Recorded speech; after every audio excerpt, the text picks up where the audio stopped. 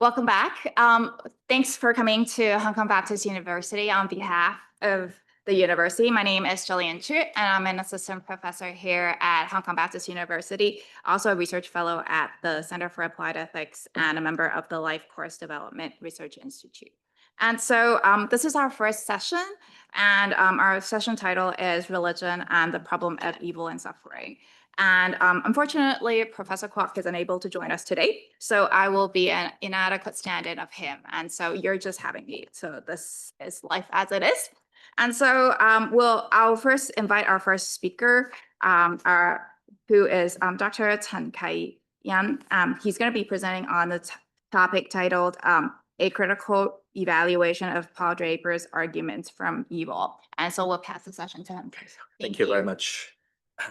I think I will not have enough time to present the whole paper, so I shall skip half of my paper. Okay, and I shall read my paper. Now, okay, introduction. Paul Draper has provided some of the most formidable arguments from evil. This paper is intended to provide a critical evaluation of his arguments and will argue that Draper's arguments from evil fail. Draper's central thesis is that a statement reporting the observations and testimony upon which our knowledge about pain and pleasure is based constitutes a prima facie good reason to reject theism. That is a reason sufficient for rejecting theism unless overridden by other reasons for not rejecting theism. In other words, according to Draper's central thesis, others being equal, a statement reporting the observations and testimony upon which our knowledge about pain and pleasure is based would constitute a piece of cogent evidence showing that God does not exist. From Draper's central thesis, we can see that what Draper tries to show is not that our data of pain and pleasure constitutes, all things considered, a piece of cogent evidence for atheism, but that our data of pain and pleasure constitute a piece of prima facie cogent evidence for atheism. That is, that if others are equal, then they would show that God probably does not exist. Draper provides two different arguments from evil to support his central thesis. In the first argument, Draper argues for his central thesis by arguing that the hypothesis of indifference has a much better predictive or explanatory fit with the data of pain and pleasure than theism. In the second argument, Draper argues for his central thesis by arguing that naturalism provides an explanation of data of pain and pleasure, which is simpler than theism, and which also possesses a much better predictive explanatory fit with the aforementioned data than theism. Now, in part one of the paper, I shall argue that his first argument fails. I shall argue that Draper fails to show that the hypothesis of indifference possesses a much better predictive explanatory fit with the data pain and pleasure than theism. In part two of this paper, I shall argue that his second argument also fails. I shall argue that Draper fails to show that naturalism provides a simpler explanation of the aforementioned data than theism. I shall also argue that Draper fails to show that naturalism fits better with the aforementioned data than theism. In other words, I shall show that Draper fails to show that the data of pain and pleasure constitute a piece of prima facie good evidence for atheism. Now, I shall examine arguments one by one. Let me first explain the relevant terminology. Theism, by theism I mean the doctrine that God exists and on whom the physical world, if exists, is asymmetrically dependent for its origin and continuing existence. So if the physical world exists, it is created by and distinct from God. God, by this word I mean the person who is maximally perfect. So God must be omnipotent, omniscient, and morally perfect.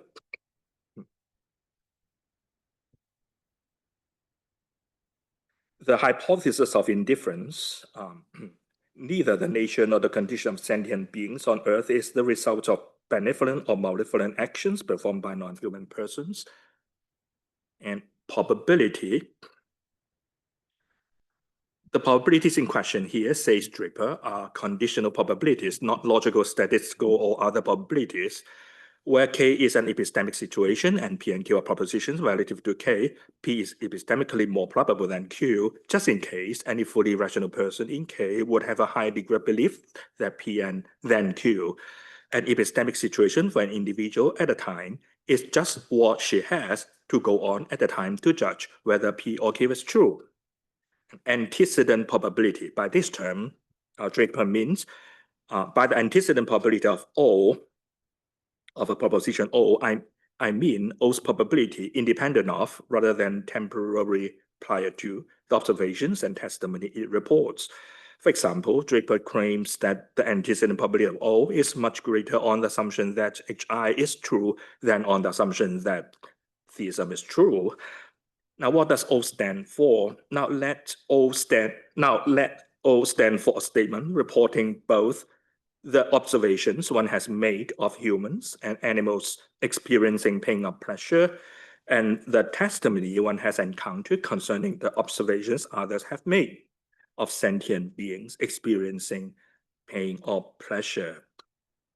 Now, because of the limitation of time, so I shall skip my evaluation, my discussion of Draper's first argument from evil, and I shall go to his second argument. So let us turn to page 20. Page 20. So I shall focus on Draper's second argument from evil, which is formulated more recently than his first argument. Now, Draper provides a second argument from evil to support his central thesis. Draper provides an official statement of his argument from evil. The following formulation draws on Timothy Perrine and Stephen Weistra's formulation of Draper's recent argument. Premise 13, naturalism is a much simpler hypothesis than theism. Premise 14, naturalism has a better predictive fit than theism regarding the data of good and evil, or the data of pleasure and pain. Premise 15, there are no epistemic advantages that theism has over naturalism, such that those features, when combined, suffice to offset the epistemic advantage naturalism has over theism if premises 13 and 14 are true. Therefore, conclusion 16, theism is probably false. Now, this argument, if successful, would show that theism is false. However, Draper only provides evidence to support premises 13 and 14. He admits that he's not confident that premise 15 is also true.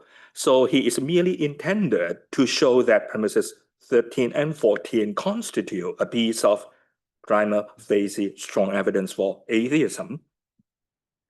Accordingly, I shall formulate his second argument for his central thesis, that is, others being equal, a statement reporting the observation testimony upon which our knowledge about pain and pleasure is based would constitute a piece of cogent evidence showing that God does not exist in the following way. Premise 13, naturalism is a much simpler hypothesis than theism. Premise 14, naturalism has a better predictive fit than theism regarding the data of good and evil. Therefore, statement 17, naturalism provides an explanation of the data of good and evil, which is simpler than theism, and which has a better predictive fit with the aforementioned data. Therefore, statement 12, O constitutes a prima facie good reason for atheism. In other words, others being equal, a statement reporting the observations and testimony upon which our knowledge about pain and pleasure is based would constitute a piece of cogent evidence showing that God does not exist. Draper's second argument for his central thesis differ from his first argument in that, firstly, in the second argument, he contrasts theism with naturalism rather than the hypothesis of indifference. And that, secondly, in the second argument, he also appeals to the simplicity of naturalism over theism. Now, is Draper's second argument from evil a good argument? the inference from premises to conclusions is logically correct. So the crucial question is whether there are good reasons for believing that the premises, that is statements 13 and 14 are true. If there are good reasons for believing that the premises are true, then Draper's second argument would be a good argument. Now let us look at Draper's reasons why we should believe that the premises are true. Now, okay, let me first explain the relevant terminology. Theism, I've explained that before, and supernaturalism. By this term, Draper means the doctrine that the mental world exists and the physical world either doesn't exist or does exist, but is asymmetrically dependent on the existence of the mental world. Naturalism, by this term, Draper means the doctrine that the physical world exists and the mental world either doesn't exist or it does exist, but is asymmetrically dependent on the existence of the physical world. Now, this is Draper's argument for premise 13. 13a, both naturalism and supernaturalism postulate the existence of mental and physical entities, and both assert that one of these two sorts of entities explains why there are any entities of the other sort. 13b, for any position that a naturalist take on the mind-body problem, there's a parallel, equally modus, and equally coherent position that a supernaturalist might take, and vice versa. Premise 13c, neither is more or less coherent than the other. Therefore, statement 13d, naturalism and supernaturalism are asymmetrical to each other in content, since 13a to 13c. Therefore, 13e, naturalism and supernaturalism are equally modus and equally coherent, since 13d. Therefore, 13f, naturalism and supernaturalism are equally simple, since 13e. 13g, theism claims that supernaturalism is true, and that adds a number of other claims to supernaturalism. 13h, those other claims made by theism are not strong, supported by supernaturalism. Therefore, 13i, theism is much more complicated than supernaturalism, since 13g and 13h. Therefore, naturalism is a much simpler hypothesis than theism, since 13f and 13i. Now, Draper's arguments for premise 14. According to premise 14, naturalism has a better predictive fit than theism regarding the data of good and evil. Draper provides 3 reasons for premise 14. Draper's first reason is concerned with the data about sentient beings. So I quote a passage from Draper. Draper said, imagine 2 aliens. One of these alien beings is named Natty. Natty is a naturalist. The other alien is Theo. Theo, of course, is a theist. Having already acquired a great deal of information about Earth and its inhabitants, Natty and Theo begin to acquire the data of good and evil. As these data slowly trickle in, Natty and Theo try to predict what they will soon learn about conscious beings on Earth. I'm content that Natty will, at various stages in this process, make more accurate predictions than Theo. Theo's belief in theism undermines certain inferences that naturalism does not undermine. They consider the question whether these animals, including, of course, human beings, suffer the same fate as plants. Do many die young? Do many barely survive, languishing for most or all of their lives? Do some flourish for a time, but then decay and die in old age? Being a naturalist and, like Theo, seeing a plausible connection between these ecological facts about plants and operation of natural selection, Natty expects to learn that the answers to these questions are all yes. Of course, there's an interesting moral difference between plants and conscious animals, since the latter, unlike the former, can be harmed from their own internal point of view. And when Natty reasons analogically from facts about plants to the likelihood of similar facts obtaining in the case of animals, she will ask herself whether her inference is undermined by this difference. In other words, she will ask whether this dissimilarity between conscious animals and plants is a relevant one. Because she is a naturalist, however, she will no doubt answer that question. She will no doubt answer that question negatively. For given naturalism, evolution and nature in general is likely to be blind to moral considerations.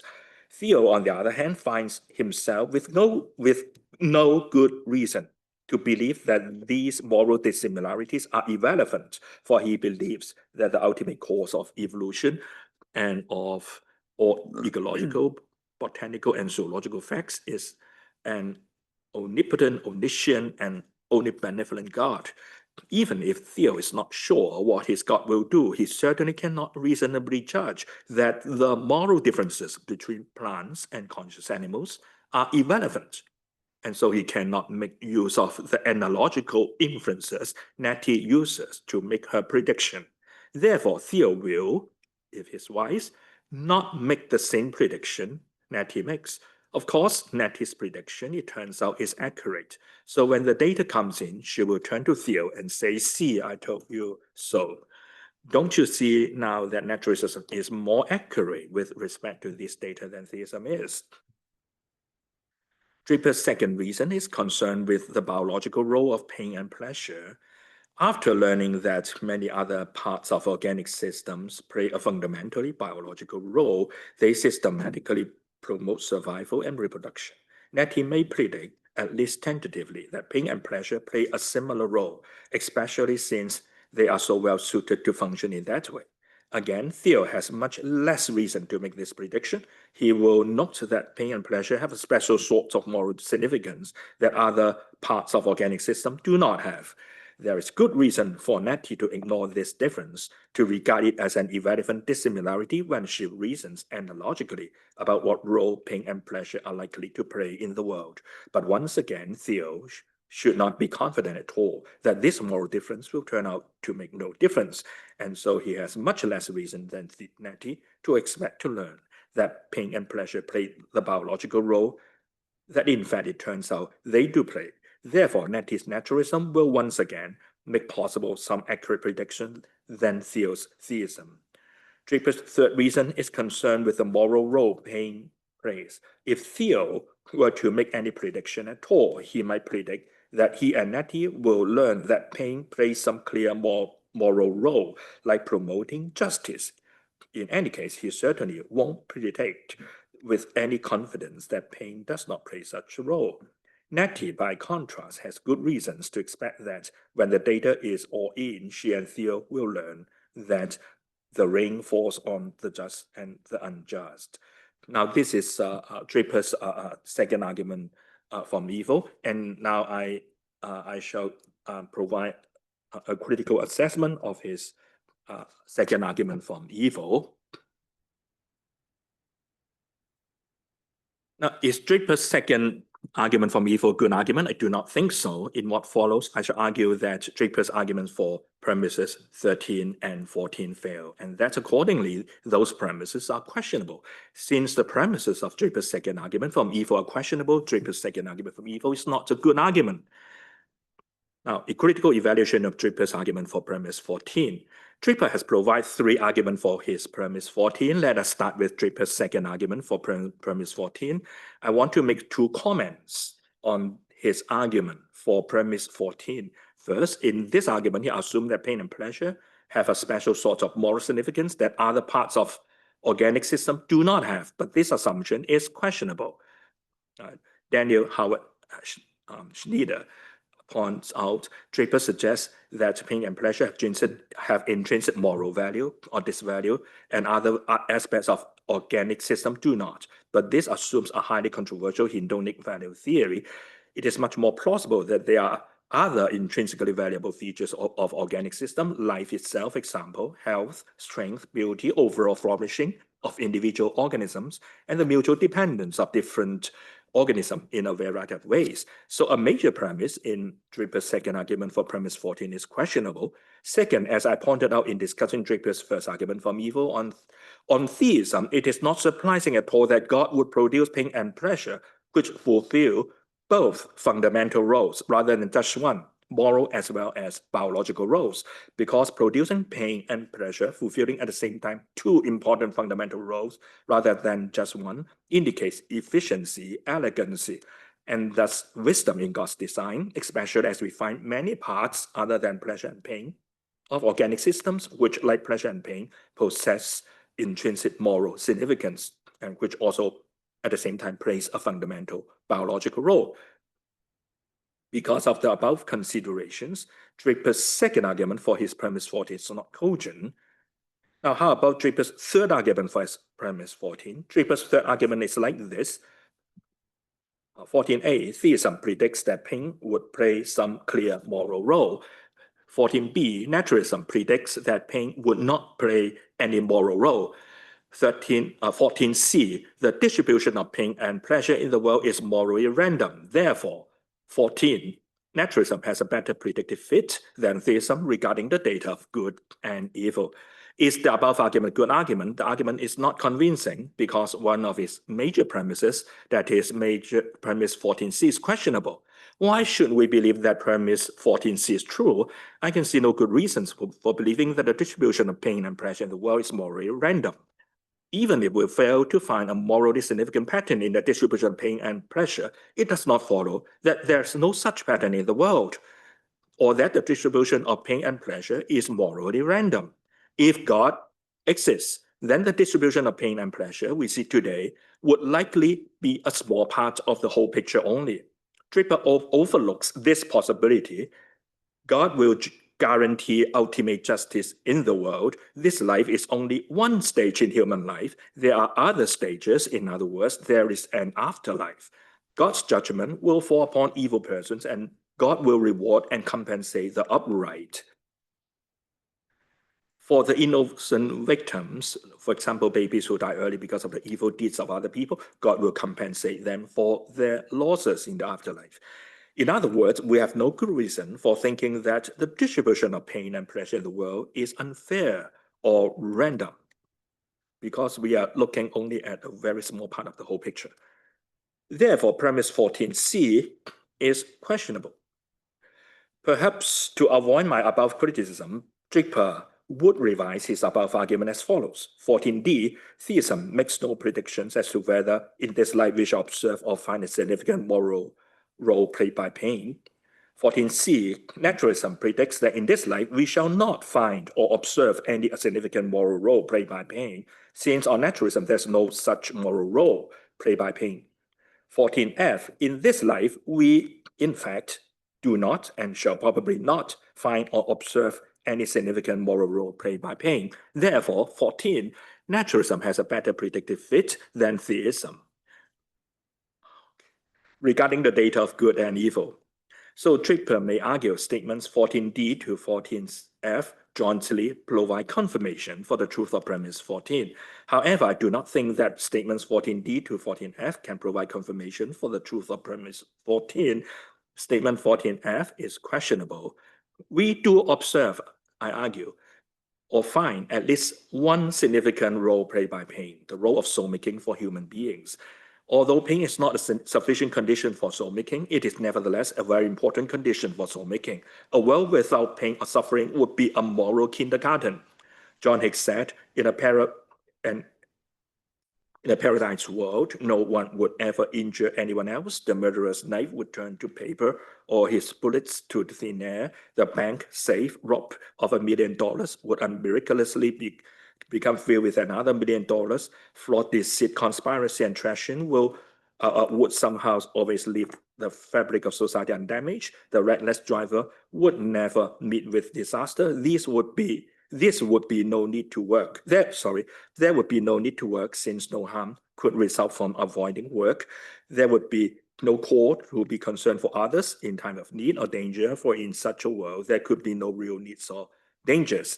As Chad Mister said, in a toy world, a world of no real needs, dangers, or difficulties, many virtues such as courage, compassion, and generosity would be completely unattainable.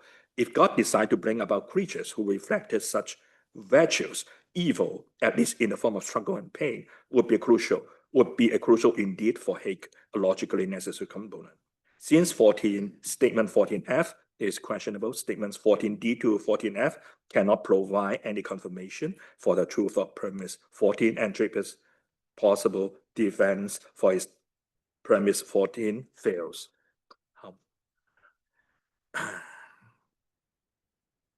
No, I think, I'm sorry, I really do not have enough time to complete my paper.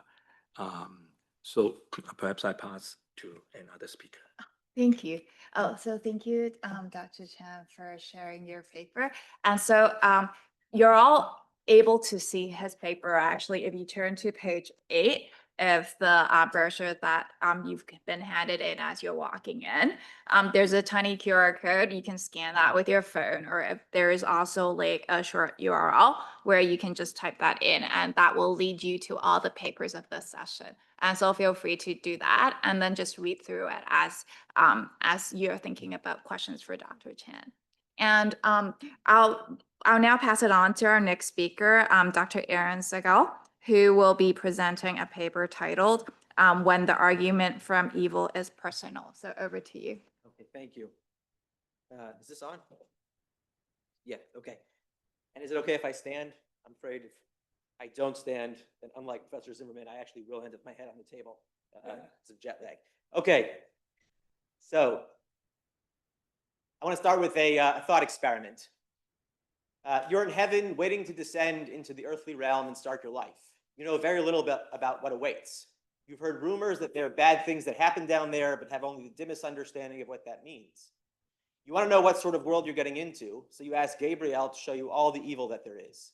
Gabriel obliges, gives you a preview of all the bad things that ever happen, including much prolonged and apparently pointless pain. And not just from the outside, so to speak.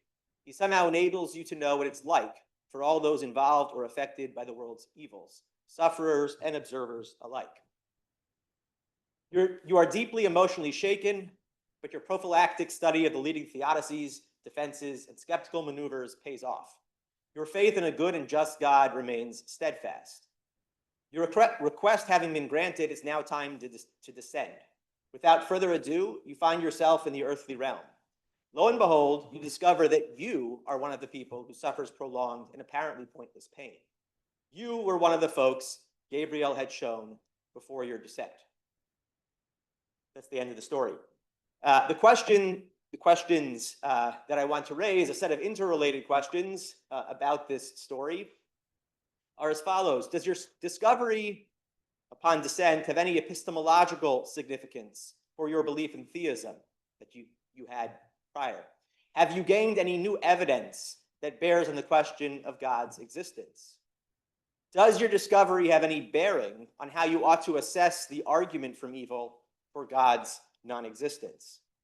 And it seems, I think, that it's hard to see how the answer to any of these questions could be yes.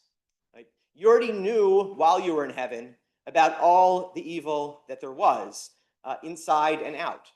And all you learned was when and where you are in all of this mess. So it's hard to see how that could be relevant, right? It seems neither here nor there. Now, obviously, that's it seems like a very recherché case, rather fanciful. And so the interrelated questions I raised, they might seem merely academic, right? But when you think about it, I think the case is just a particularly pure version of a commonplace phenomenon whose real-world outcome often raises those very same interrelated questions. Right? Religious believers not infrequently lose their conviction when tragedy or illness strikes in their own lives. Like, nearly all such believers already knew that there are people who suffer tragedy and illness, and many such believers were exposed to enough books, movies, and the like that they should have already understood what it's like to be a person struck by tragedy or terrible illness.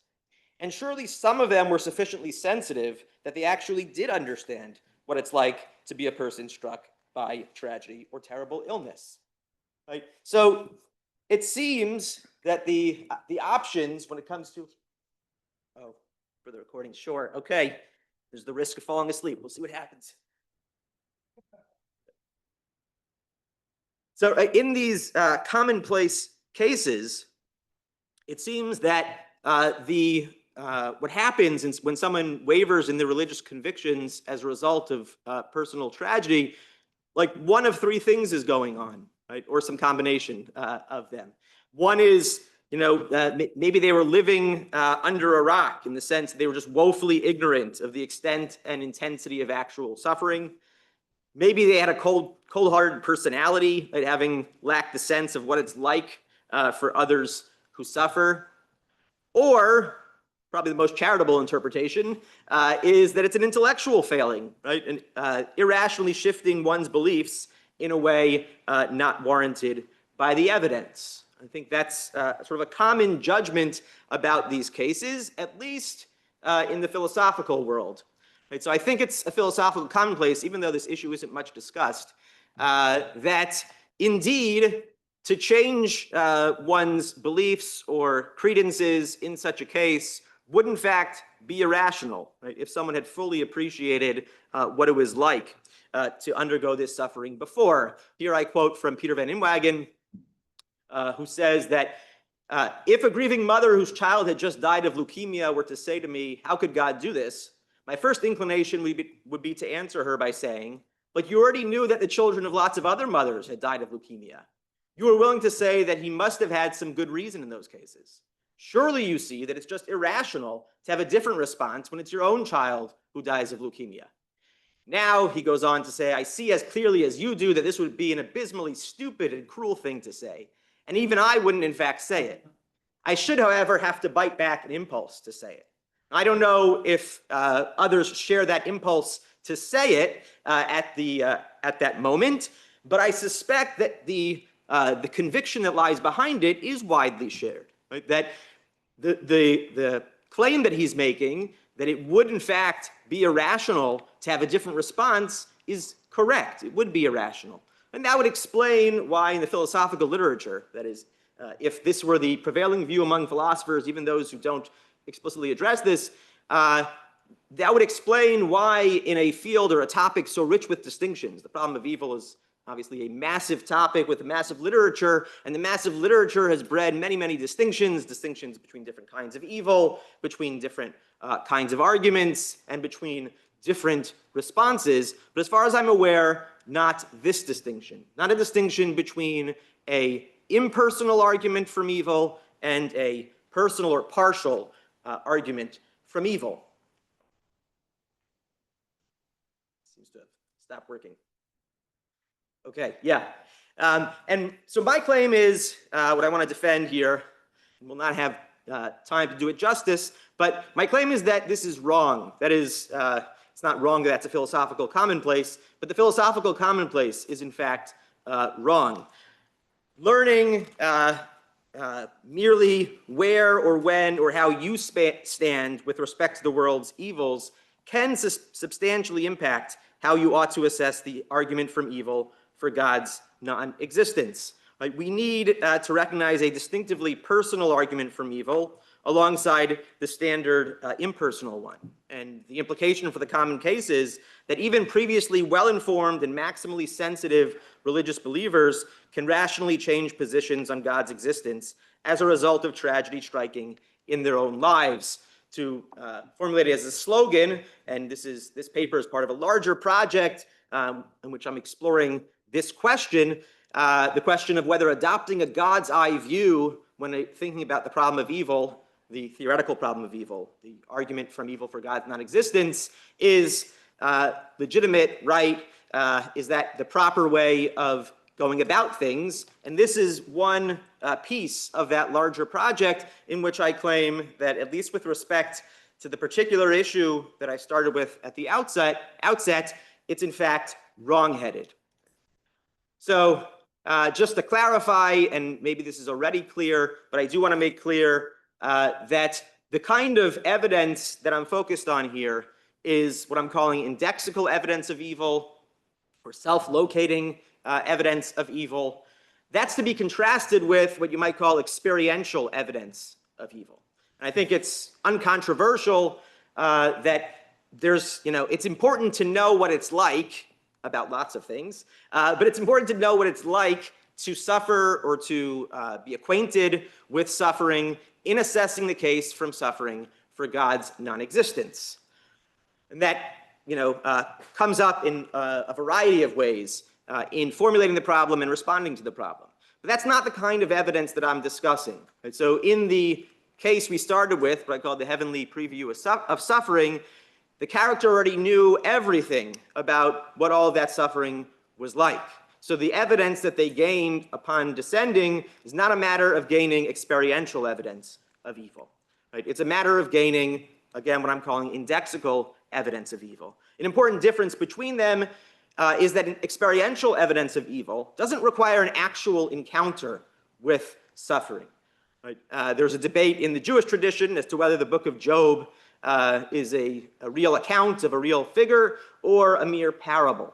But to learn from the book of Job, to understand what it's like to suffer, it doesn't matter one way or the other. Right? Fiction is as good as fact in learning what it's like. Right? The experience as of evil. So you could watch a movie, a film, which really does a very good job of dramatizing and depicting evil, that would suffice. But my point instead is about the way in which actually encountering evil provides evidence that is in principle unobtainable without that actual encounter. Okay, last clarification, even encounter, the word encounter is too strong actually. I have in mind any evidence that a subject has that places some evil with respect to that subject, with respect to that person, whether that's in time, space, or with respect to the subject, him or herself. Right? So pieces of evidence that you might express with sentences like, here is the site of a nuclear devastation, or last century was filled with terrible atrocities, or my friend's son died tragically, or even, and this will become relevant in a second, the universe I'm in contains vast amounts of suffering. Okay, so, sorry, skipped. So I have formulated my general claim in general terms. We can put it much more carefully here, and this is an increasing level of strength and also hewing to what I actually think. So the case we started with is a case in which the character gains just indexical evidence when descending, because they knew all of the other non-indexical evidence that's part of the story. The only thing they gained was indexical evidence. So I want to claim that gaining indexical evidence of evil, even without gaining any non-indexical evidence whatsoever, can bear on theism. So that's about the case we started with.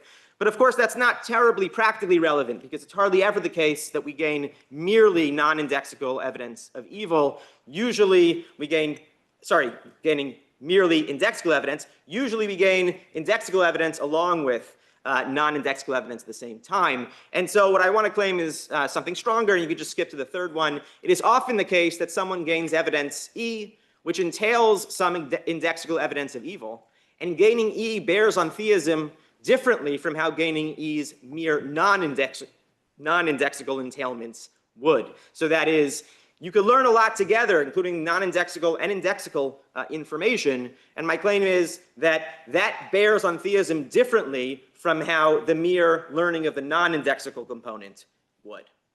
Okay, so what's my argument? Well, in this section, the argument is an examination of two dialectics that are sometimes put one next to the other, but not for the purposes that I'd like to do so here. So start with a fine-tuning dialectic, which starts with a philosopher putting forward fine-tuning, right, a very specific kind of evidence of design as evidence of there being a designer, the thought being that's much more likely given a designer than it is given naturalism, and therefore it provides a significant boost to whatever we thought the probability was of there being a designer beforehand. Another side, the other side of the dialectic, or at least one way in which this dialectic sometimes goes, is the response of a multiverse. Okay, so someone on the other side says, no, no, no. Here's another hypothesis, not that there is a designer for our universe, but that we live in a naturalistic multiverse. So there's no designer at all, but there are many, many universes, perhaps infinitely many universes, some of which maybe a small minority of which are fine-tuned for life. And in those universes, right, you have, at least some of them, you have life emerging, and we are in one of those universes. And the claim is that the evidence we have of fine-tuning is no less likely, or at least not much less likely, given the naturalistic multiverse hypothesis than given the design hypothesis.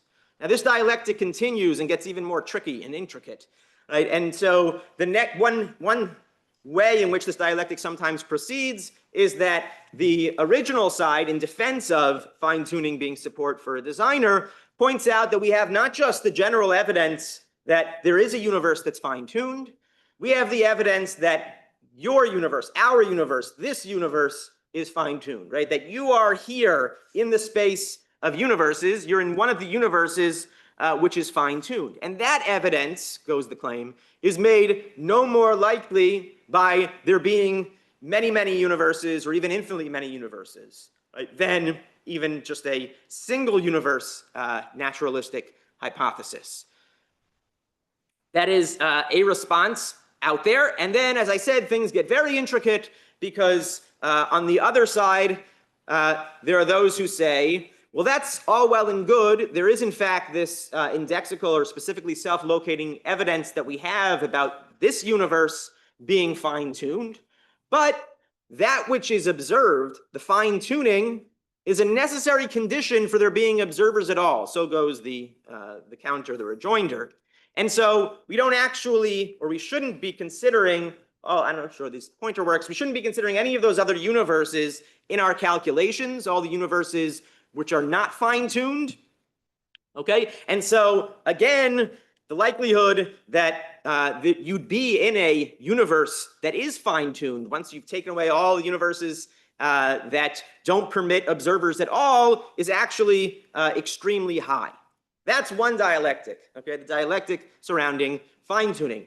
There's another dialectic surrounding the problem of evil, right? And here, it starts in a way that's very similar. It's sort of the other side of the coin from fine-tuning. We observe some stuff that seems to support naturalism, in this case, over theism, as we just heard, because the idea is the likelihood of the evil that we observe, the suffering that we observe, is much greater given naturalism than it is given theism or given there being a designer. Okay, so goes the claim. Because of the similarity between the initial claims, there being sort of two sides of the same coin, it's unsurprising that the dialectic surrounding evil also continued to some extent down the same path, right? So there are those who respond with a multiverse theodicy. And here the idea is that, yes, maybe even stronger than maybe, this universe all by itself, if this were the only universe there was, it couldn't be justified. It wouldn't be justified if God were to exist. But this universe is one of many, many universes, many of which are far better than this. Perhaps there are infinitely many universes that are even better than the universe that we are in. And that is not an unlikely hypothesis. That is not an unlikely piece of evidence. The evidence we observe is not unlikely given that hypothesis. Okay, and so that theistic multiverse is now being put up against the naturalist alternative, the same way that the naturalist multiverse was being put up here on the other side regarding fine-tuning against theism. Now, what's interesting is that this theodicy has been the subject of some discussion, but no one, as far as I'm aware, has continued the dialectic regarding evil in the same way that the dialectic regarding fine-tuning has continued. Right? It's not been pointed out, I don't think, that the evidence we have of evil is not just that there is a universe with the amount and distribution of evil in our universe, but that this universe, our universe, has evil in that magnitude and distribution. And it seems to me, right, even before getting into the nitty-gritty details and formulating this more carefully, that it's much less controversial, or should be much less controversial, that that response is in fact correct, right? Much less controversial than in the case of fine-tuning. And that's because there really isn't any room to make the further move in the dialectic. What's observed in the case of fine-tuning has been claimed, that is the evidence of fine-tuning has been claimed to be a necessary condition for there being observers at all. That's what brought us to the last stage of the dialectic. In the case of evil, that's not at all true. Right? It's not that what we observe, the evil and suffering that we see, is in fact a necessary condition for there being observers.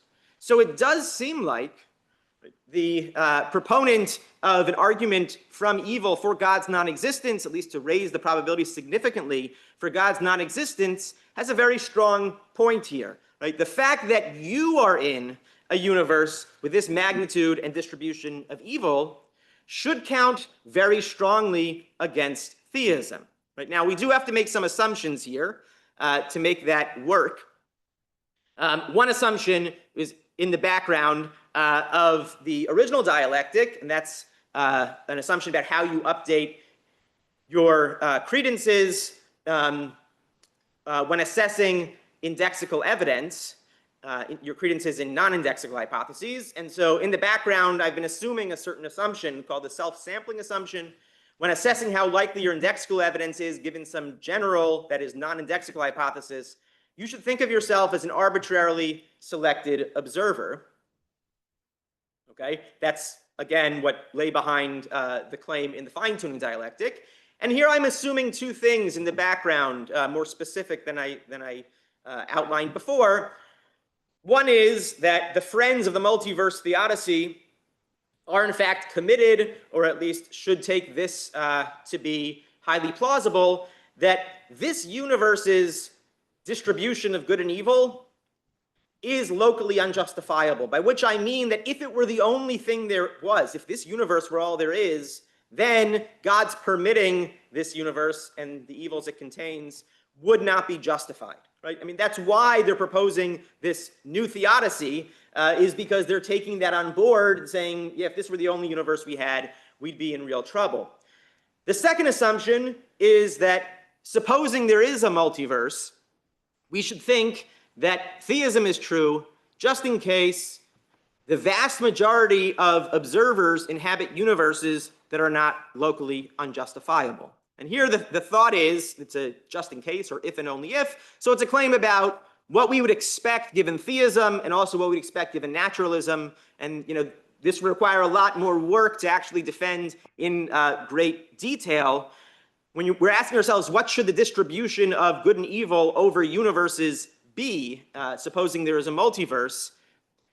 Theism, I suggest, would predict that the kinds of universes we are in which the evil is in fact locally unjustifiable, those should be like the bottom of the barrel.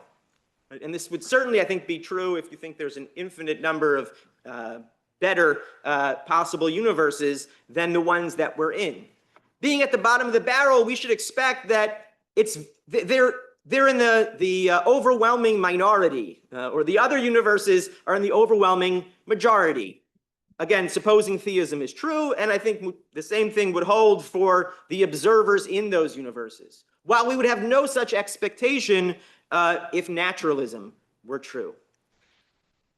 If both of those are right, okay, then the upshot is the evidence of this universe's axiological profile counts heavily against theism. And it counts against theism much more heavily or strongly than its non-indexical entailment, right? If all you learned was that some universe has axiological profile EU, the distribution of good and evil in our universe, that would weigh to some extent perhaps against theism, but not nearly as strongly or as heavily as the evidence that we have, which has the indexical component. Of course, it doesn't rule out theism. We could be extremely unfortunate, but we shouldn't think it very likely that we're so unlucky. I think I may have outdone the previous speaker I'm going to have to cut out probably 80% of the talk. What I would love to do, this is a warm-up, and talk of universes, people might think, well, okay, I mean, there are all these hypotheses, very speculative, that you have to assume to get this thing to work. This is just supposed to illustrate the template, right? The way in which indexical evidence of evil, can bear on the question of God's existence. I think we can say a similar thing about times or epochs, assuming that the kind of time we live in is supposed to be in the minority in terms of its distribution of good and evil, which is a common theme in many religious traditions. And I think the same thing is true regarding individual lives. So if you have someone who has a Jobian life, like let's say Job, Job should be moved by his own indexical evidence of evil in a way that he shouldn't be moved by just the mere non-indexical evidence that we all have that there are people with Job's fate. So I'll have to stop there, but again, yeah, the full paper is available. Thank you. And so thank you so much, Dr. SEGAL. And like you said, all the papers are online, and I've read all 3 papers, and they're pretty well formulated. And so if during the course of these few days, if you're able to read it and have further thoughts, you can perhaps take the time to engage with our speakers during the breaks, lunch, and dinner, which I'm sure they'll really appreciate.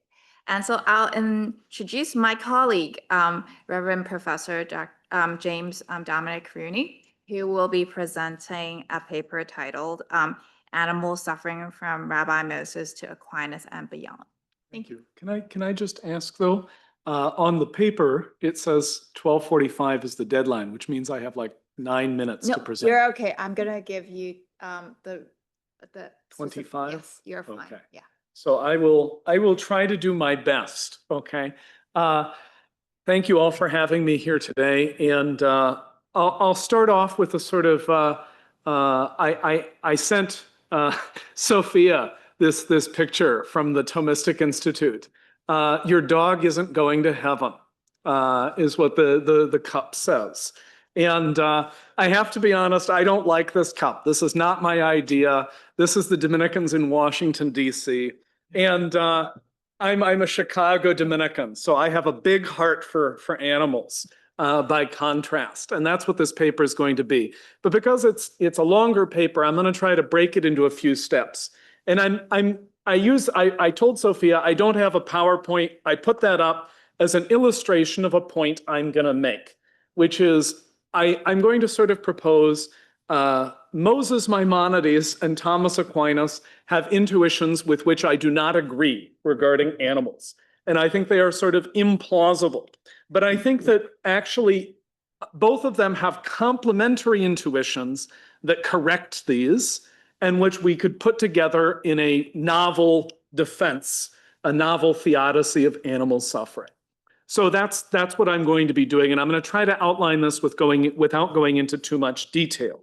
But the problem of animal suffering is a particular species of objection to the existence of God from evil. Problems of animal suffering are not new. Malebranche and Kant were aware that God permitting innocent animals to suffer seems contrary to God's benevolence and universal providence. It's alleged, however, that modern evolutionary discoveries have made this problem worse, since it's been shown not only that animals have been suffering for hundreds of millions of years before humans even existed, which prevents an explanation that it was original sin of human beings that led to animal suffering. Evolutionary biology reveals that competition over scarce resources, catastrophic mass extinction events, and so forth have been the engines of evolutionary creation.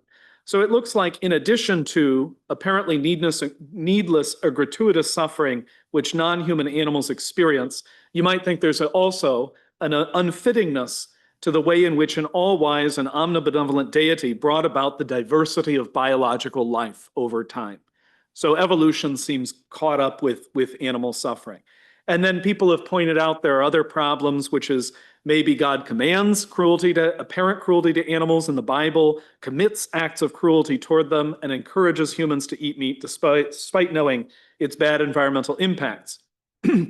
So what I'm going to do is first sort of motivate and try to figure out what's going on with the problem of animal suffering. And I'm going to be kind of sketchy, so it's going to be kind of stipulative. I'm going to point out a problem, what I think the problem is, and just sort of say why I don't like other things and say this problem is interesting. Okay, so you don't have to agree with me, but that's how I'm going to delimit the problem. Then I'm going to go through certain things Aquinas and Maimonides say, where I think Maimonides is more sensitive than Aquinas to animal suffering, but both of them appeal to a certain explanation that I think will not be the right answer. However, I think even though I move beyond Aquinas and Maimonides in accommodating the modern problem, I'm going to appeal to their views to suggest a possible view on which there's something like a higher order good that is for each animal in its suffering and death. So what I'm going to sort of focus on is the idea that animal suffering is wrong because it doesn't benefit the individual animals that suffer. I think this is sort of the basic intuition. And then I'm going to give you a scenario on which God possibly does benefit the individual animals. And I think that they have sort of resources for allowing us to understand that without the things that I'm going to rule out that I think are extravagant.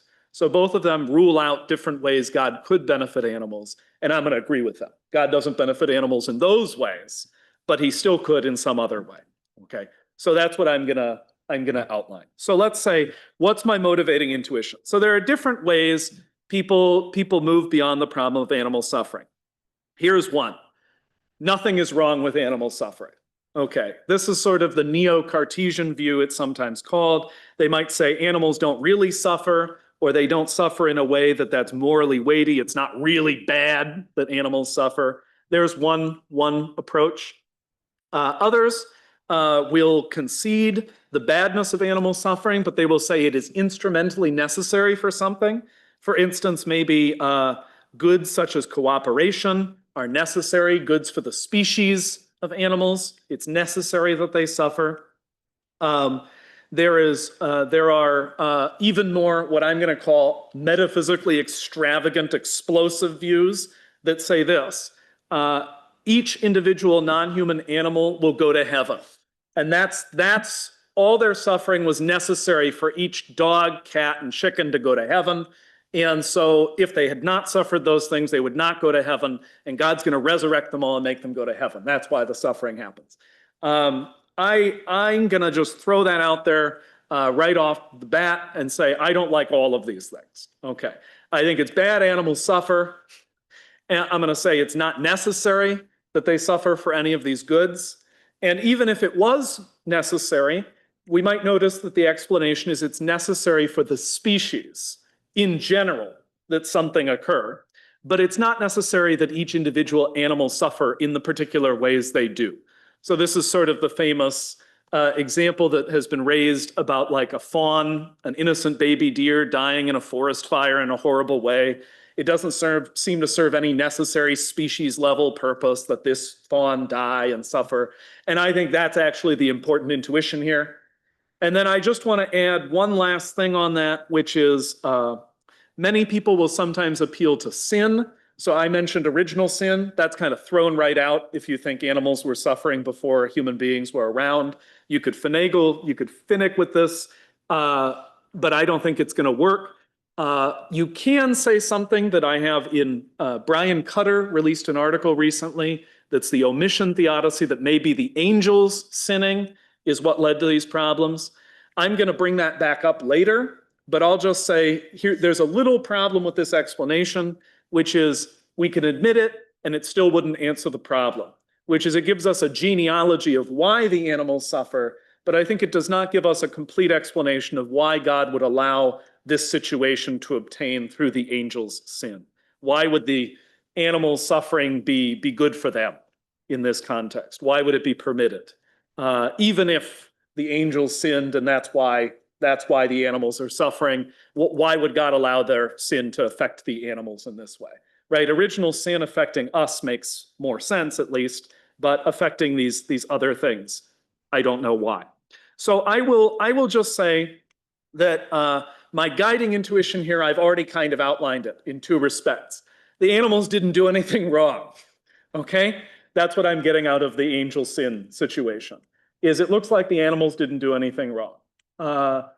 And they're suffering, and the suffering looks like it could at most be necessary or good for species level goods, but it doesn't look like it individually benefits each animal.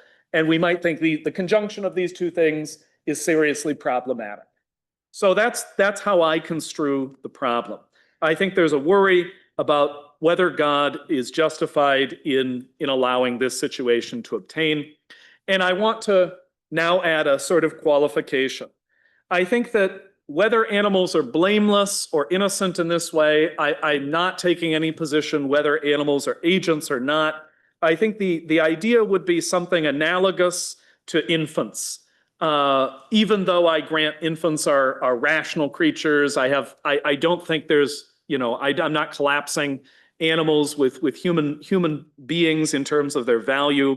But you might think something like there's at least a prima facie worry that the suffering of animals is not due to what they did. Maybe in the way some people worry about original sin harming infants despite them not having done anything wrong. But I want to grant that I don't think it's wrong in principle to kill, experiment upon, or even eat animals when we think there's a compelling human need. So we might grant some concession here and just say, let's assume a kind of common sense view that we don't have to be committed to the full view that all harm to animals, intentional harm to animals is evil. But such a concession might justify only some suffering of animals, but it won't cover everything. But I just want to include that qualification in the background. Now to move to Maimonides and Aquinas. So animals have done apparently nothing wrong or nothing blameworthy, and their suffering wasn't instrumentally necessary for their own good, each individual. Scripture, nevertheless, juxtaposes claims about animal value, even suffering, with those concerning God's care for humans. So here's a psalm. The young lions lack and suffer hunger, but those who seek the Lord shall not lack any good thing. And then from the Gospel of Matthew, do not fear, therefore, you are of more value than many sparrows. So Moses, Maimonides, and Aquinas draw from a scriptural perspective that God has providential care for each individual human being, disposing events for each individual. Aquinas seems to hold, I will mention or show, a position resembling that of Maimonides regarding God's permission of animal suffering and corruption. They both appeal to species-level goods. They say, here's why God allows animals to suffer, because it's good for the species. But Maimonides has an interesting quirk. He says, God cannot be then exercising providence at the level of each individual animal. This is an important difference from Aquinas. So let me lay out the difference. Maimonides' position on providence in the Guide for the Perplexed correlates with a shift that occurs in Maimonides' treatment of animals. In earlier writings, Maimonides tended to agree with a position that animals exist only for man, whereas in later writing, Maimonides hold that animals exist for their own sake. And then we see a new argument arise. In the later position, there's a dilemma that's posed by the fact that animals are innocents. And Maimonides' solution to that is to reject that God actually has providence over individual animals. He only disposes species. He makes no decisions which animal's going to suffer what. That's part of his solution. So Maimonides underlines, for instance, there's a biblical commandment not to cause unnecessary suffering to animals, but there's an apparent inconsistency between different places where he talks about this. In the Mishnah Torah, he rejects interpretations of the commandments that seem to give compassion, that seem to regard compassion being exercised toward birds and toward slaughtered animals, that we're not supposed to be unnecessarily cruel toward them or cause them unnecessary suffering, that we're supposed to have compassion for them. But he notes in this context, in the Mishnah Torah, he says, well, they're decrees that have an unexplainable purpose. And he says, were they expressions of mercy, God would not permit us to slaughter animals at all. So that seems like a voluntarist explanation. God tells us to do it, I'm not sure why. Later, when discussing capital punishment, he knows killing an animal for food is not morally problematic, despite that animal having done nothing wrong, since the only purpose of animals is to be useful to human beings. So that's why it's okay. But in the Guide and in intermediate works, he changes his position. And he seems to say those commandments do have a reason. And that reason is directed at the animal's welfare, who have the ability to feel pain in particular. And so he proposes in those works that God's mercy or compassion is illustrated in his behavior toward animals, and humans too must not kill out of cruelty or for sport. So he says it's morally wrong for us to be cruel to animals or to kill them out of sport. And he says, in the Mishnah Torah, as I said, he endorses the principle that all things were created only to be useful to man. And he, in fact, brings that up a few times. He says, it's inconceivable that there should be anything that exists, any species of animal or plant, from the elephant to the worm, that is of no use to man. And then later in the guide, he says, that couldn't be right. He says, it could not be, it's an erroneous theory that the universe was only created for the sake of man's existence. And so instead, we should hold each thing exists for its own sake. So in this place, he says animals constitute an end to themselves and not merely a means to an end. However, he continues to hold a hierarchical account of creation. So it's true that animals exist for their own end, plants exist for their own end somehow, but that doesn't mean there are not good reasons to sacrifice them for higher ends. So this is a developed position, but it doesn't mean, for instance, that animal goods outweigh human goods or something like that, right? They could be sacrificed. Animals could be eaten, for instance. His explanation in the guide as to why God permits animal suffering then is he quotes Gillian approvingly as holding defects in individual members of the species are necessary for the perfection of the whole. And so he says Genesis can only take place through destruction, and without the destruction of the individual members of the species themselves would not exist eternally, permanently. So he basically thinks that there are species-level goods, the biological life, that require death and suffering. And so that's why it's allowed. Initially then, so he also rejects in this work the theory of some Islamic philosophers that is quite similar to the view I raised earlier, which is on the mug, that your dog goes to heaven. So he says God exercises universal providence, but can't be over every individual animal because that would entail contradictions and absurdities. He says the Muslim philosopher he asks the Muslim philosophers, has the irrational animal sinned that it's condemned to be slaughtered? And because these Muslim philosophers seem to hold that the animals should be rewarded or compensated. And he says this would contradict common sense. So he thinks there's a problem here with this idea that animals would be like resurrected and compensated. And his particular reason for thinking this is he thinks God would be unjust if he were to exercise particular providence over non-human animals because their suffering could be of no benefit to them. Why not? Well, this reflects a general principle which Maimonides proposes, that those creatures which receive part of that intellectual influence from God will be subject to the action of providence in the same proportion as they are acted upon by the intellect. So he differentiates human and animal suffering this way. The reason God's providence pertains to each individual human is because each individual human can benefit from it because they can recognize why their suffering is good for them individually. But animals can't do that. They can't grow in virtue. They don't have intellect. And so it would be unfitting for God to ordain animals individually to suffer. Aquinas shares with early Maimonides this perspective on which animals and plants were made for the upkeep of life. But I think I'm going to skip a little bit and just say, here's how Aquinas and Maimonides differ. Aquinas, I think, has a better account of providence. So what he says is, it doesn't need to benefit the individual animal. It benefits the species. That's your explanation, Maimonides. So as long as each individual animal is in the right position in history and time and all that, that it produces the right kinds of outcomes for the species, it is benefiting the species. It doesn't have to benefit the individual animal. So I think Aquinas just rejects the principle that it has to benefit each individual animal. But he thinks each individual particular event is somehow fitting in the full plan of being necessary for the species, and that's all you need. So God can exercise providence individually over each individual animal. Now, that moving on, I think that Aquinas' metaphysics of providence strikes me as more sound in this context.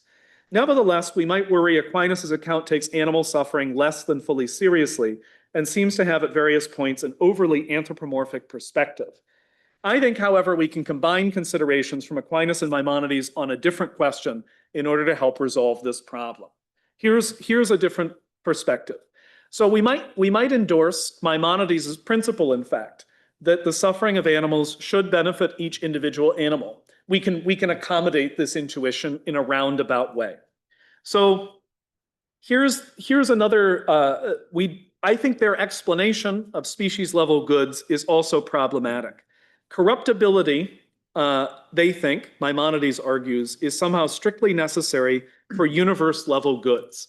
If something new comes into existence, something old has to go away, is sort of the idea. Corruption and generation change requires this kind of corruption.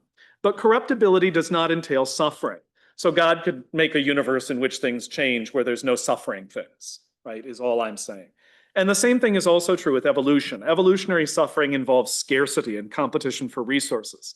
So there's lots of counterfactual possibilities that seem to undermine their claims about the necessity of suffering for universe level goods. So we might need a different explanation. I'm going to skip a few things and just go to my proposal to sort of conclude the paper. So I think both of them appeal to certain facts about what they think sacrifice is good for. And I think this is actually an important claim. So for Maimonides and Aquinas, they have a kind of funny view of sacrifice. Maimonides has a view on which animal sacrifice is somehow a conditional response to sin. It would not have been necessary for people to sacrifice animals to God had there been no sins, or if sins were not possible. He thinks animal sacrifice is roughly necessary this way. Animal sacrifice is what pagans did, who didn't worship the true God. And in order to prevent people from committing sin, God commands them to perform sacrifice. The very act which is considered by heathens as the highest crime is a means of approaching God and obtaining his pardon. So he thinks the killing of animals was held in such high esteem by these idolaters that doing it this way in the temple is like the opposite of what idolatry would want you to do. And so that's good for many different reasons, is because animal sacrifice then becomes an antidote to idolatry. So it's conditionally necessary to remove the danger of sinning against God. Aquinas endorses this explanation of animal sacrifice, but he extends it.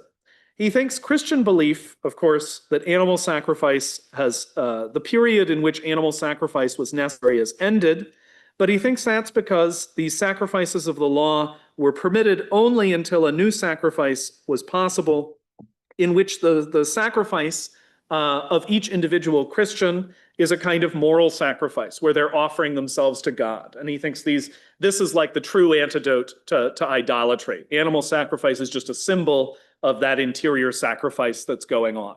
So with those kind of claims in mind, here's I think how we can do this, how we can combine some of these concerns. We can employ the principle that animal sacrifice need only be considered a transitional step on the way toward an ultimate good in which there is no animal suffering in the final state of creation. We could appeal to facts, for instance, like the claims about angelic sin might have produced the state in which animals suffer, for instance, by appeal to an omission theodicy. The idea would be either that animal sacrifice would not have occurred if there had been no sin, because animal suffering would not have occurred, or it would have been quickly eliminated if there had been no failures on the part of either angels or human beings. Humans would have been aware of widespread suffering and been put here to prevent it, and so the failure is not God's fault. So then why did God allow it to obtain? Well, we might think something like this. Animals seem to suffer needlessly and innocently due to no fault of their own.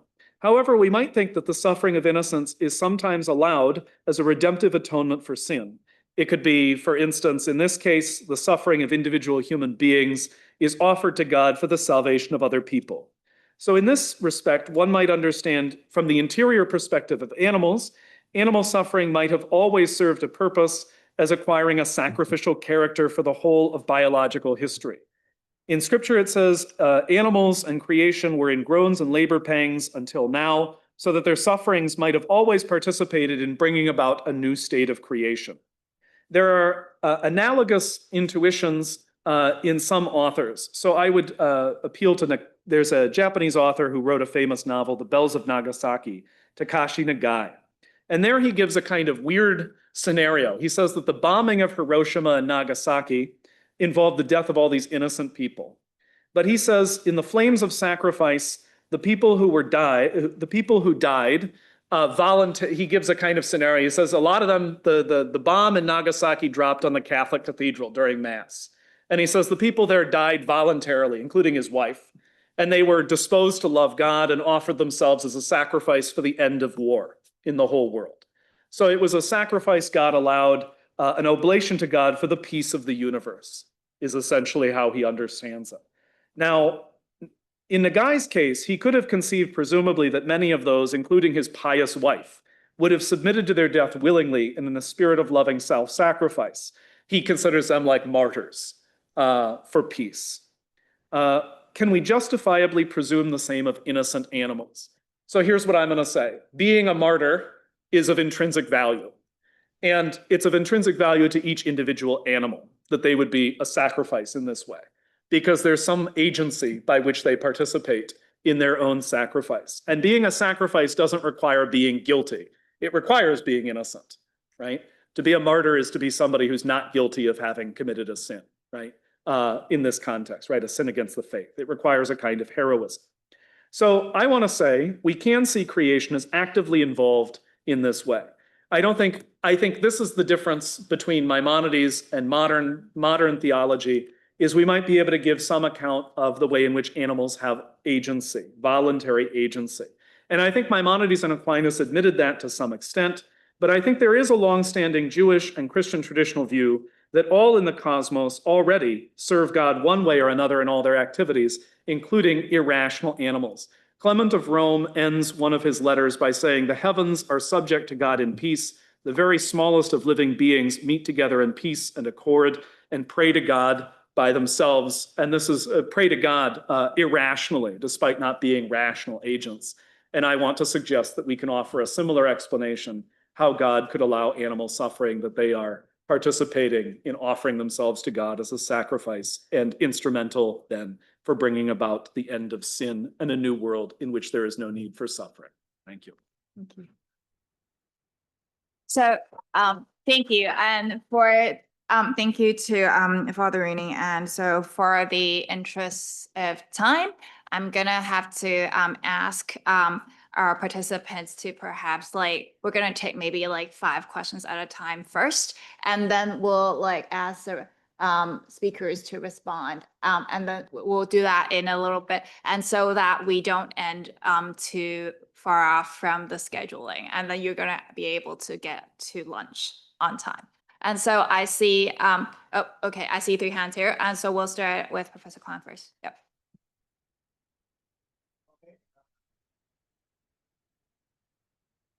Thanks for all the papers, which are very interesting. Now, I want to respond to Dr. Chen Kai-Yan's paper. In fact, I agree with what he said mostly. Now, I just want to add a comment on the Draper's prediction about what a theist should expect. Now, I think his prediction is very contingent on our understanding of God's purpose. Now, and I think I agree with one comment that his value system, Draper's value system, and what he attributes to God or the theist is pretty much a kind of hedonism. Now, but suppose God agrees with Kant that a good will is of the highest values. Good will means that we perform duty for duty's sake, we do good for good's sake, and not because expecting some rewards of happiness or whatever. Now, so I think according to this understanding of God's value, in fact, a theist should expect pain should be indifferent to the moral virtues of people. Now, because otherwise, just imagine that whenever you are nasty towards someone, then when you walk on the street, you bump into a tree, you fall into a hole in the ground. And then if you are nice to a people, then a beautiful, kind girl will automatically fall in love with you, or you will win the Mark 6 or lottery. Then education is simple. All boys will learn to be nice. So there's no need to really learn the goodwill, to be nice just because we should be kind-hearted, just because it's a good thing to do, or just because it's duty. Now, so it seems to me that in fact, for fears in a Kantian mode, he should expect pain to be largely indifferent to the more virtual version of persons. And so it seems to me that Draper's prediction is mistaken based on a misunderstanding of a feast values. Okay, thank you. Next question. Yeah.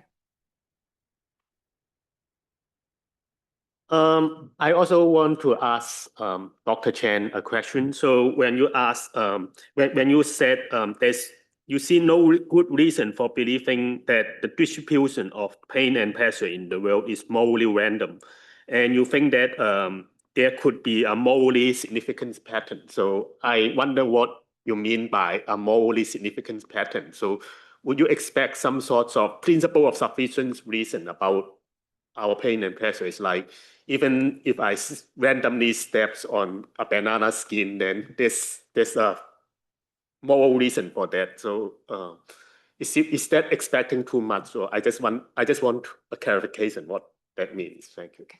Sorry. Can we wait until? Yeah. Thank you. So there's a question there. Yep.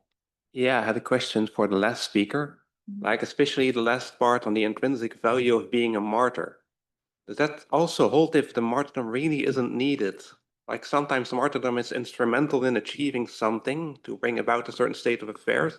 But in the case of the sacrifice in Nagasaki, it really isn't. The war would have ended regardless of those people dying or not. And also with animals like the sacrifice of the fawn or in Roe, is that really needed to bring about something? Like some gods might really need sacrifice to flourish or to keep them in existence, but an omnipotent God, like the Christian God, really doesn't need it. Why is there still an instrumental value to this sacrifice, to this martyrdom of this sort? Okay, thank you. And then there's a question here. Yeah, I have a question for the second speaker.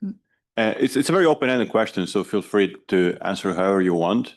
But I really like your distinction between kind of the first-person experience of evil and knowing facts about evil. And when you draw that distinction, it made me think that if you look cross-culturally, actually, like encountering with suffering is positively correlated with theism, right? There's a lot of, I mean, it's kind of intuitive, but there is also a lot of empirical research on that. Like countries where there is more suffering are countries that are more religious, typically, right? So I wonder whether, you think that, that could be turned into at least a prima facie argument to say that, well, perhaps actually the first person, if the people who have first person access to suffering tend to be more theists, and first person access to suffering gives you a better grasp of suffering, then that's prima facie evidence to say that maybe that's not such a good argument against theism. Right. Yeah, that's my thought. Thank you. And then I see there's a question over here.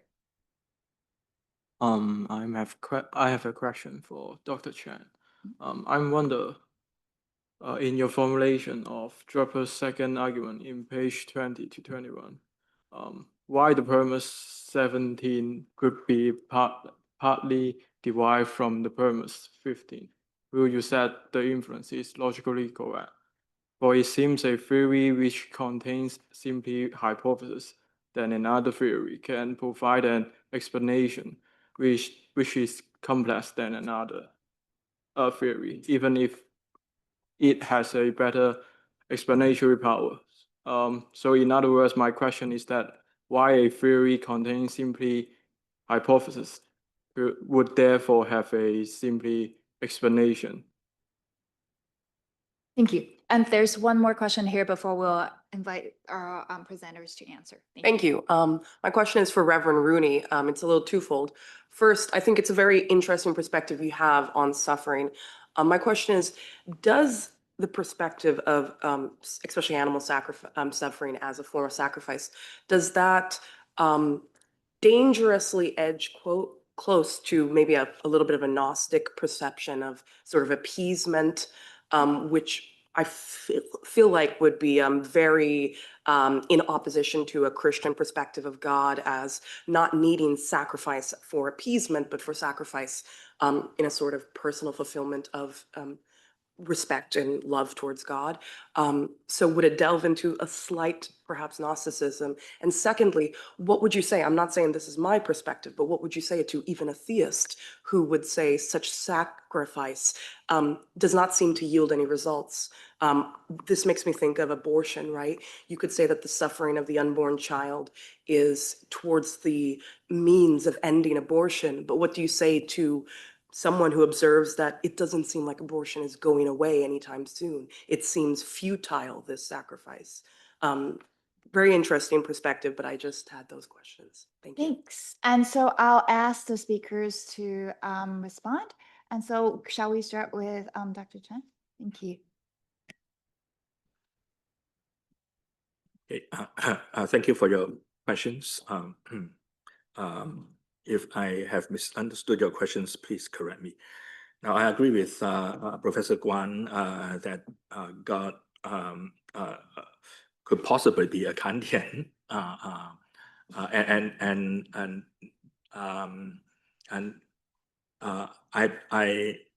indeed, in criticizing Draper's argument, I point out that Draper assumes a hedonic value, but there's no reason for us to accept hedonism. So I think the burden of proof is on Draper. If he wants to avoid my criticisms of his argument, he needs to defend hedonism. That is, pleasure and pain are the only things that have intrinsic value in the world.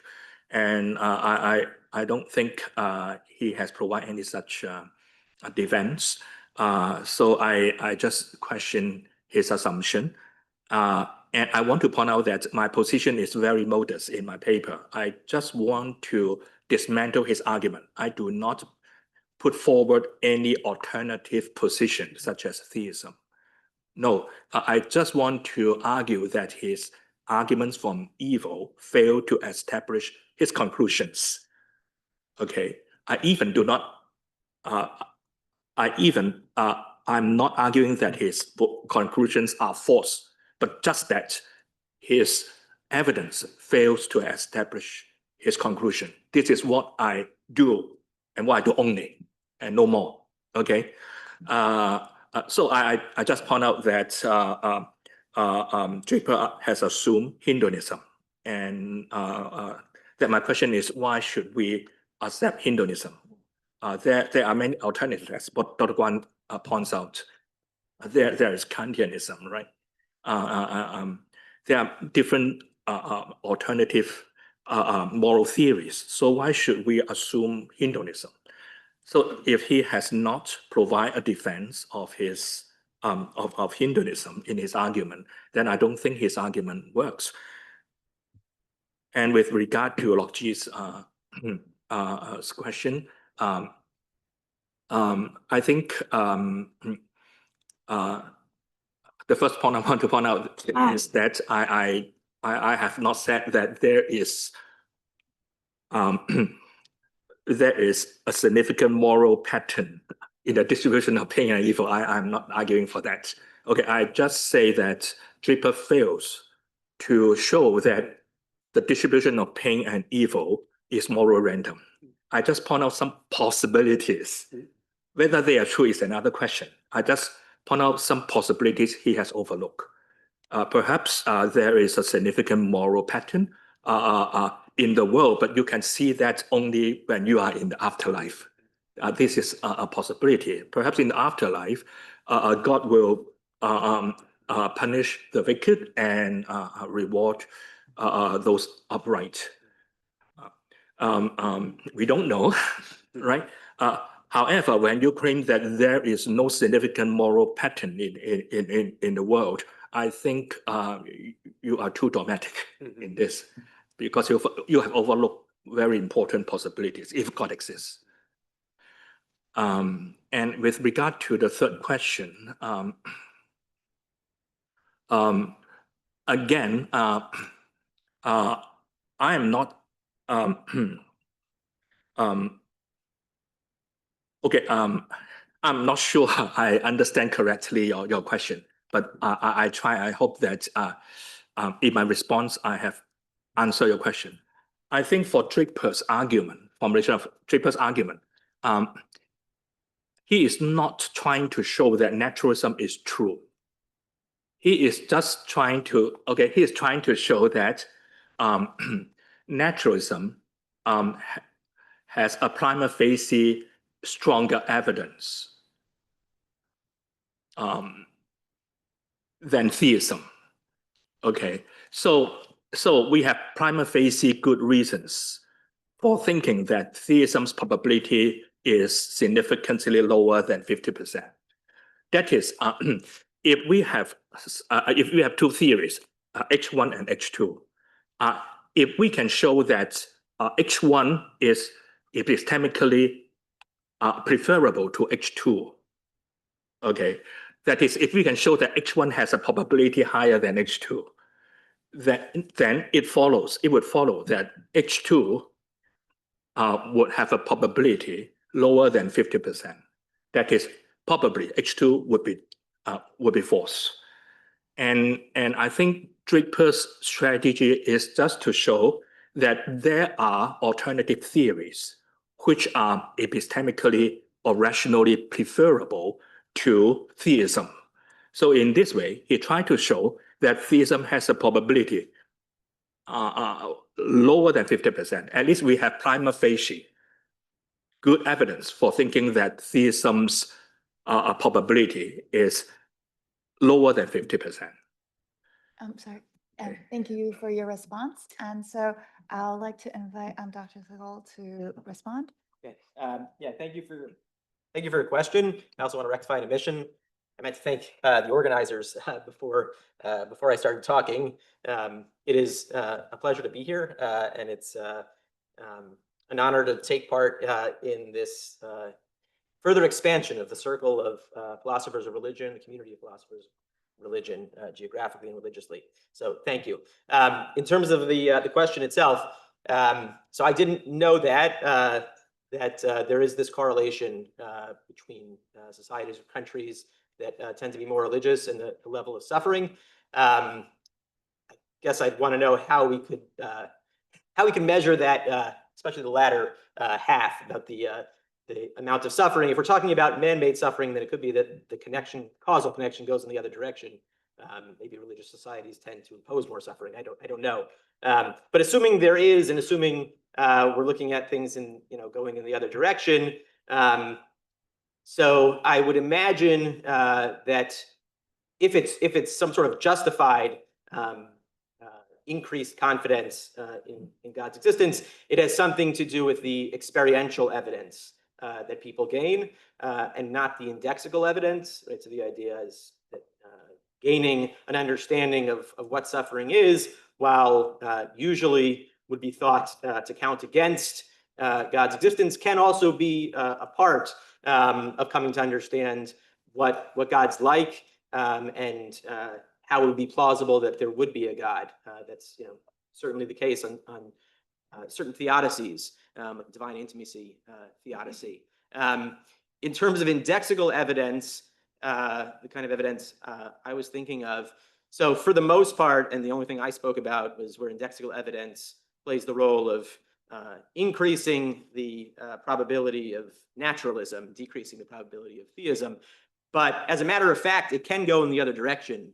So in the paper, I do discuss a way in which the considerations I raised about the multiverse and self-locating evidence might actually give us evidence for theism, or give some inhabitants of some universe evidence for theism that's distinctively indexical. So the basic thought is, well, for all we know, there is a multiverse. Let's take that on board. May well be the case that there is a multiverse.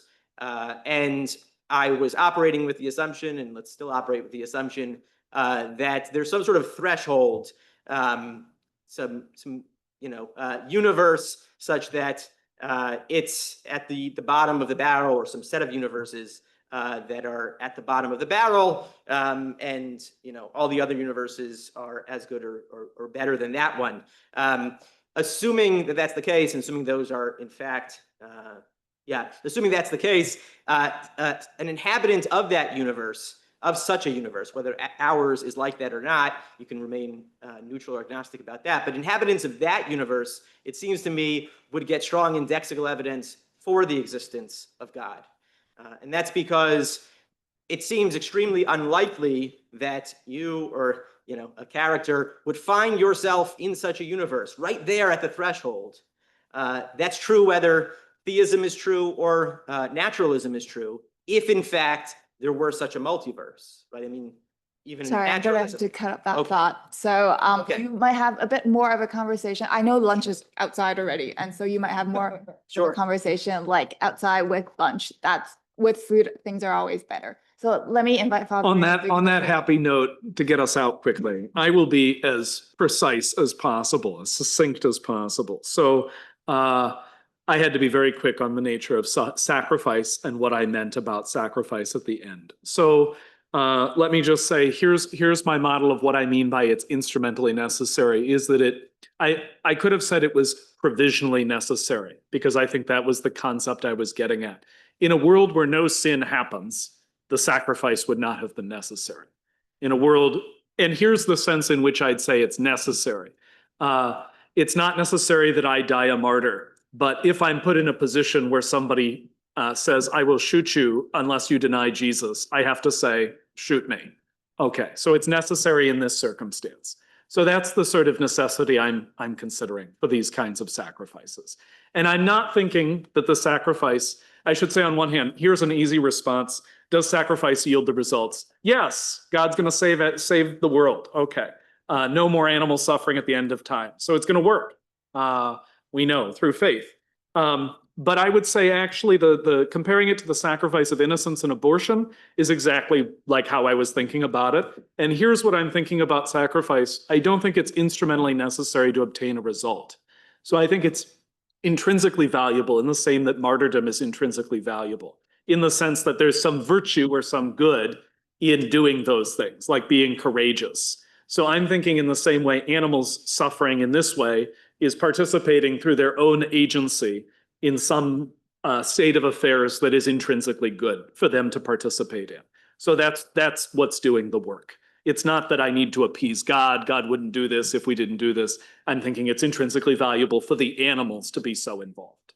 Thank you. Thank you. Let's thank our speakers, and also thank you everyone for being involved in this presentation.